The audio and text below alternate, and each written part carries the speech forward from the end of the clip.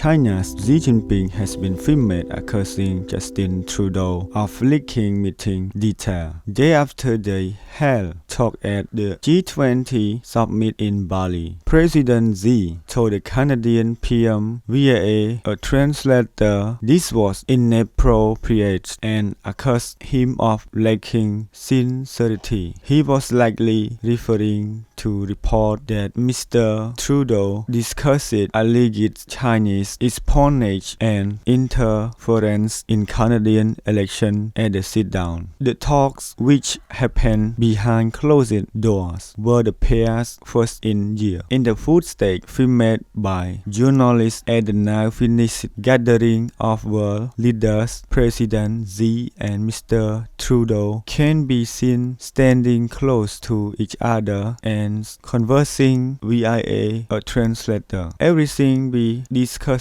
has been leaked to the papers and that is not appropriate, the Chinese leader told Mr. Trudeau in Mandarin. It's captured a rare, candid moment of President Xi, whose image is normally carefully corrected by Chinese state media. After smiling and nodding his head, the Canadian PM responded by saying, "In Canada, we believe in free and open and frank dialogue, and that is what we will continue to have. We will continue to look to work constructively together, but there will be things we disagree on," he added. Before Mr. Trudeau could finish, President Xi cut his counterpart off and asked that the first create the conditions, eventually shaking Trudeau's hand and walking away. The short but revealing exchange highlighted tension between China and Canada. Running high sign the detention of Huawei Technologies executive Meng Wanzhou in 2018 and Beijing subsequent arrest of two Canadians on spying charge, or they were later released. But tension recently resurged following the arrest of Zhou Xinwang, a public utility worker at Hydro-Quebec